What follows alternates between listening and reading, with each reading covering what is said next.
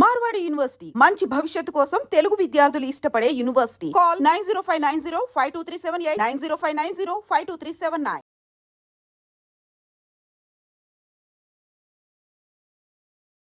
ఇవాళ పొద్దున్నే 4:30 గంటల ప్రాంతంలో హయత్ నగర్ అలాగే లక్ష్మారెడ్డి పాలెం కాలనీకి సంబంధించినటువంటి అడిషనల్ ఎస్పీ ఆయనను ఒక ఏపీఎస్ ఆర్టీసీకి సంబంధించిన బస్ వాకింగ్ చేస్తున్నటువంటి టైంలో ఢీకొట్టిన పరిస్థితి. అండ్ అక్కడికక్కడే ఆల్మోస్ట్ స్పాట్లోనే చనిపోయారు.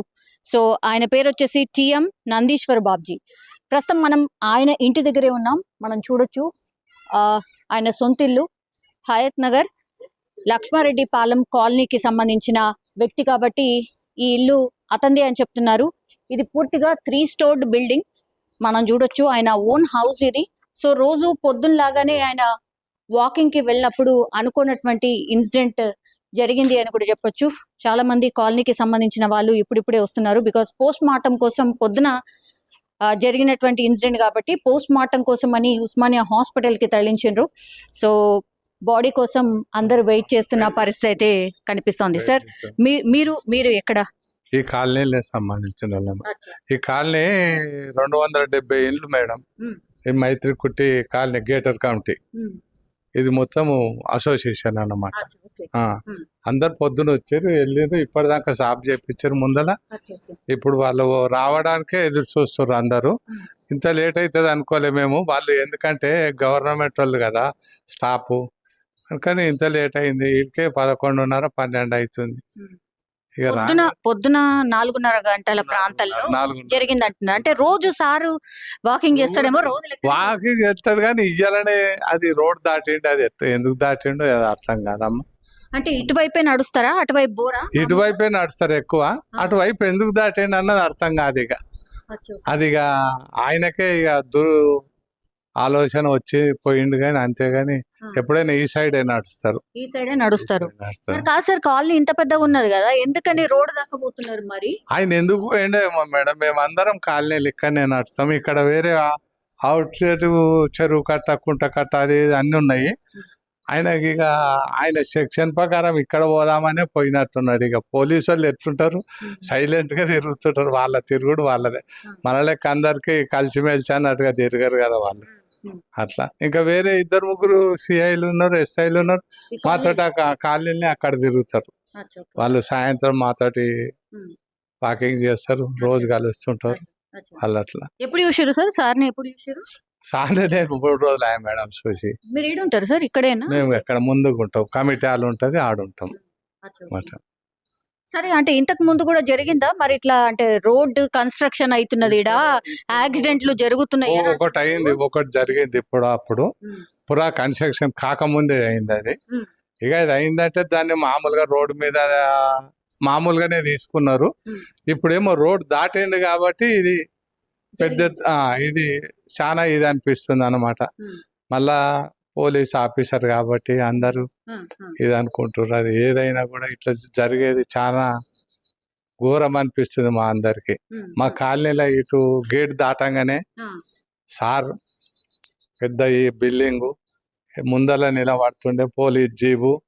మా కాలనీకి అంత సెక్రటరీ అన్నట్టుగా కనపడుతుండే అన్నమాట. అటువంటిది లేకుండా అయిపోయా. సార్ ఇలా ఫ్యామిలీ మెంబర్స్ ఏంటి సార్? ఒక్కసారి ఎక్కడ ఉంటారు సార్? ఫస్ట్ ఫ్లోర్ ఉంటారు. సో నందీశ్వర్ బాబ్జీ గారి ఇన్సిడెంట్ తర్వాత కాలనీ వాసులు అయితే చాలా మంది మాట్లాడుతున్నారు, ఆ రోడ్ చాలా డేంజరస్ గా మారిపోయింది, మా కాలనీ వాసులు అయితే రోజు ఇబ్బంది పడుతున్నారు. అసలు ఏం ఇష్యూ ఏంటి అనేది ఒక్కసారి మాట్లాడే ప్రయత్నం చేద్దాం. సార్ ఏంటి సార్ ఇష్యూ ఏంటమ్మా? ఇప్పుడు ఇది నేషనల్ హైవే అథారిటీస్ అని చెప్పేసి రోడ్లు వేశారు. ఇప్పుడు మధ్యలో నుంచి రోడ్ వేశారు. పెద్దంబర్పేట సింపుల్గా పెద్దంబర్పేట ఔటర్ రింగ్ రోడ్ దగ్గర నుంచి మొదలు పెట్టుకుంటే హయాత్ నగర్కి వెళ్ళాలి. మళ్ళీ ఇక్కడ ఇటు ఒక 2 కిలోమీటర్లు, అటు ఒక 2 కిలోమీటర్లు, 4 కిలోమీటర్లు. 4 కిలోమీటర్లు మధ్యలో 2 ఫ్లేవర్స్ ఉన్నాయి, అండర్ పాసింగ్స్ ఉన్నాయి.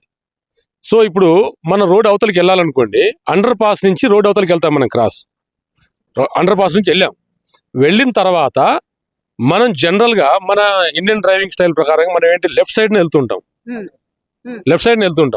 ఆ లెఫ్ట్ సైడ్ రాంగ్ రూట్ అవుతుంది. అటు నుంచి వాహనాలు వస్తున్నాయి, ఇటు నుంచి వస్తున్నాయి అనమాట. చాలా అంటే చాలా భయంకరమైనటువంటి ప్రమాద స్థాయిలో ఉంది. ఇక్కడ నుంచి రోడ్డు దాటానికి 2 కిలోమీటర్ 4 కాలనీలు ఉన్నాయండి, అటు సైడ్ కాలనీలు, ఇటు 8 కాలనీలు ఉన్నాయన్నమాట. వీళ్ళందరికీ కూడా, ఈ కాలనీ వాసులందరికీ కూడా ఈ రోడ్డు యువతల నుంచి అవతల దాటానికి చాలా అంటే చాలా ఇబ్బందికరంగా, చాలా ప్రమాదకరమైనటువంటి పరిస్థితి ఉందన్నమాట. ఒకవేళ మనం అండర్ పాస్ లో నుంచి వెళ్ళి ఆ రోడ్డు నుంచి మనం లెఫ్ట్ సైడ్ నుంచి వెళ్దామంటే కూడా ఆపోజిట్ లో కూడా వెహికల్స్ వస్తున్నాయి, ఆపోజిట్ కూడా వస్తున్నాయి. అక్కడ కూడా ప్రమాదం, అక్కడ కూడా ఉంది 100% ప్రమాదం అనమాట. ఇప్పుడు ఇది పక్కన అప్రోచ్ రోడ్ అన్నాం కదా, కనెక్టింగ్ రోడ్ లో కూడా అక్కడ మార్జిన్స్ లేవు. ఇది రాంగ్ రూట్, ఇది మనం ఇట్లా వెళ్ళాలి, అటు నుంచి వాళ్ళు రావాలనేది, ఇటు సైడ్ అటు సైడ్ ఇటు 2 రోడ్లు ఉన్నాయి, అటు 2 రోడ్లు ఉన్నాయి. ఈ 2 రోడ్లలో కూడా ఎలాంటి మాకు మార్జిన్ కానీ అంటే రోడ్డు మీద మనం కొత్తగా వచ్చే వాళ్ళకి ఇంకా అలవాటు కాలేదా, లేకపోతే వీళ్ళు మార్కింగ్ చేయలేదా అనేది అర్థం కాదు. వాళ్ళు తెలిసిన వాళ్ళ మాలాంటి వాళ్ళం కూడా మీరు రోడ్డు దాటి లెఫ్ట్ సైడ్ నుంచి వెళ్దాం అనుకుంటే కూడా లెఫ్ట్ లో ఆపోజిట్ లో వెహికల్స్ వస్తున్నాయి. డేంజర్ ఉంది, చాలా డేంజర్ ఉంది. మన రీసెంట్లీ అట్లా 2-3 మొన్న రీసెంట్లీ ఒక 15 days బ్యాక్ కూడా ఒక యాక్సిడెంట్ అయ్యి ఒక చనిపోవడం కూడా జరిగింది. అండర్ పాస్ కింద అక్కడ యాక్సిడెంట్ అయ్యి మేము వెళ్ళి రిప్రజెంటేషన్ ఇచ్చాము. ఇప్పుడు కాలనీ వాళ్ళు వెళ్ళి ఇచ్చాము. నేషనల్ హైవే అథారిటీస్ వాళ్ళు చూస్తాను అంటున్నారు, మున్సిపాలిటీ వాళ్ళు అంటున్నారు, అప్రోచ్ అంటున్నారు, కానీ దీని మీద ఎలాంటి ఇది లేదనమాట. ఇంకోటి ఏంటంటే మనకు ఇక్కడ రోడ్డు కూడా నేరోగా ఉంది. ఇక్కడ ఈ టెంపుల్ అక్కడ ఉంది కదా, అది కంప్లీట్ చేయకుండా దాన్ని అక్కడ ఉంది. ఆపోజిట్ లో కొన్ని వెహికల్స్ వస్తున్నాయి, ఏకదం రోడ్ ఎక్కుతున్నారు వాళ్ళు కూడా, అది కూడా డేంజర్ పొజిషన్ లో ఉంది. కనీసానికి ఇప్పుడు 4 కిలోమీటర్ల దాకా నేషనల్ హైవే అయితే మాత్రం ఎక్కడ ఉందండి? నేషనల్ హైవేలో కూడా 4 kilometers దాకా కూడా మీకు రోడ్డు యువతల నుంచి అవతల పోవడానికి మీకు లేకుండా ఉండేటువంటి పరిస్థితి ఎక్కడ ఉంది? స్కూల్ పిల్లలు ఉంటారు, కాలేజ్ పిల్లలు ఉంటారు, అట్లాగే నిత్యావసరంగా ఇప్పుడు ఈ జరిగినటువంటి ఇన్సిడెంట్ కాదు, ఇప్పుడు ఈ జరిగిన ఇన్సిడెంట్ అంటే సార్ ఇప్పుడు సంథింగ్ ఏదో చెప్తున్నారు, కానీ మామూలుగా మన అవతలకి రోడ్డు అవతల ఉన్నటువంటి వాటికి వెళ్ళాలి. ఇప్పుడు పక్కన సూర్యవంశీ కాలనీ ఉంది, అక్కడ హాస్పిటల్కి వెళ్ళాలనుకోండి, సింపుల్ గా ఎంత ఎందుకంటే హాస్పిటల్ ఉంది, రోడ్డు అవతల ఉంది, మనం వెళ్ళాలి అక్కడికి. 2 kilometers అవతలకి వెళ్ళి మళ్ళీ తిరిగి రావాలన్నా మనం 4 kilometers తిరిగి రావాలి. ఇప్పుడు బస్సు దిగిన వాళ్ళు ఉంటారు ఎవరన్నా, మళ్ళీ హయాత్ నగర్ లో వాళ్ళు బస్సు దిగి మళ్ళీ అక్కడ బస్సు పట్టుకొని మళ్ళీ రివర్స్ రావాలి. లక్ష్మారెడ్డి పాలెనికి స్టాప్ లేదండి. మరి లక్ష్మారెడ్డిపాలెం ఇక్కడ అటు హయాత్ నగర్ పెద్దంబరిపేట మధ్యలో ఉన్నటువంటి లక్ష్మారెడ్డిపాలెం, ఇక్కడ ఉన్నటువంటి 4 కాలనీస్, ఇటు రైట్ సైడ్ అటు సైడ్ ఉన్నటువంటి 3 కాలనీలు, ఈ 7 కాలనీలకి రోడ్డు మార్గం లేదు. రోడ్డు దాటడానికి యువతల వాళ్ళు అవతల నుంచి యువతలు రావడానికి లేదు. మరి కాబట్టి దీని మీద మరి ఇప్పుడు 2 యాక్సిడెంట్లు 2 చనిపోవడం జరిగింది. మరి ఇంకెంతమంది చచ్చిపోయిన తర్వాత మరి స్పందిస్తారు? ఇది ఇప్పుడు తప్పు ఎవరిది మిస్టేక్ అనడానికి ఇప్పుడు మనం ఎవరు అడగడానికి లేదు. ఇప్పుడు మున్సిపాలిటీ వాళ్ళు అదేమో జస్ట్ ఇప్పుడు మన సంఘం దాటినాం అనుకోండి, ఇక్కడ లక్ష్మారెడ్డిపాలెం దాటగానే హయాత్ నగర్ జిహెచ్ఎంసీ పరిధిలోకి వస్తుంది. మరి ఇక్కడేమో ఇది మున్సిపాలిటీ పరిధి, అటు మాకు సంబంధం లేదని వీళ్ళు, మాకు సంబంధం లేదని వాళ్ళు. మరి ఎవరికి సంబంధం ఉందో, ఎవరికి అప్రోచ్ కావాలనో, ఎవరిని మన మెమోరాండం ఇవ్వాలి, ఎవరి దగ్గరికి వెళ్ళి వేడుకోవాలనేది అర్థం కాని పరిస్థితి. మరి దీని మీద అధికారులైనా ఇప్పటికైనా స్పందించి కొద్దిగా ఈ 7 కాలనీలకు మరి మాకు యువతల నుంచి రోడ్డు దాటడానికి ఏదన్నా ఇక్కడి నుంచి అంటే కాలి నడకనైనా కానీ వాహనాలు రావడానికి మాకేం అవకాశం అని అనట్లేదు. అట్లీస్ట్ ఎమర్జెన్సీలో ఇప్పుడు బస్సు అర్ధరాత్రి వస్తారండి, వచ్చిన తర్వాత రోడ్డు అవతల దిగినప్పుడు ఊరి నుంచి వచ్చిన తర్వాత దిగితే బస్సు దిగిన తర్వాత యువతలు రావడానికి ఏదైనా ఉండాలి కదా మార్గం.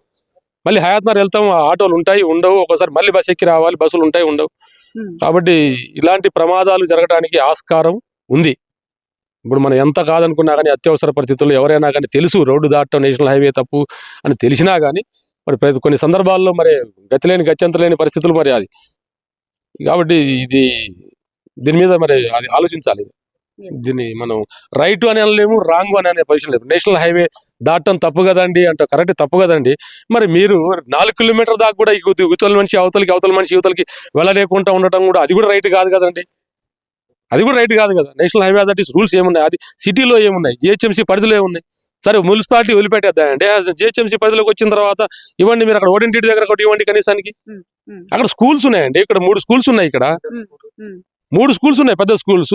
వాళ్ళ పరిస్థితి అదే ఉంది. ఇప్పుడు వాళ్ళ పరిస్థితి అదే ఉంది. అవతల నుంచి యువతలకు రావాలంటే పిల్లలు లాంటి ఇప్పుడు పేరెంట్స్ ఎవరైనా ఉంటే వెంటనే ఉంటే జాగ్రత్త తీసుకొచ్చి జాగ్రత్త పోతుంటాం. రేపటి రోజున పిల్లలు కూడా వాళ్ళు కూడా తొందర దాడదా అనే ప్రమాదంలో కావచ్చు అది.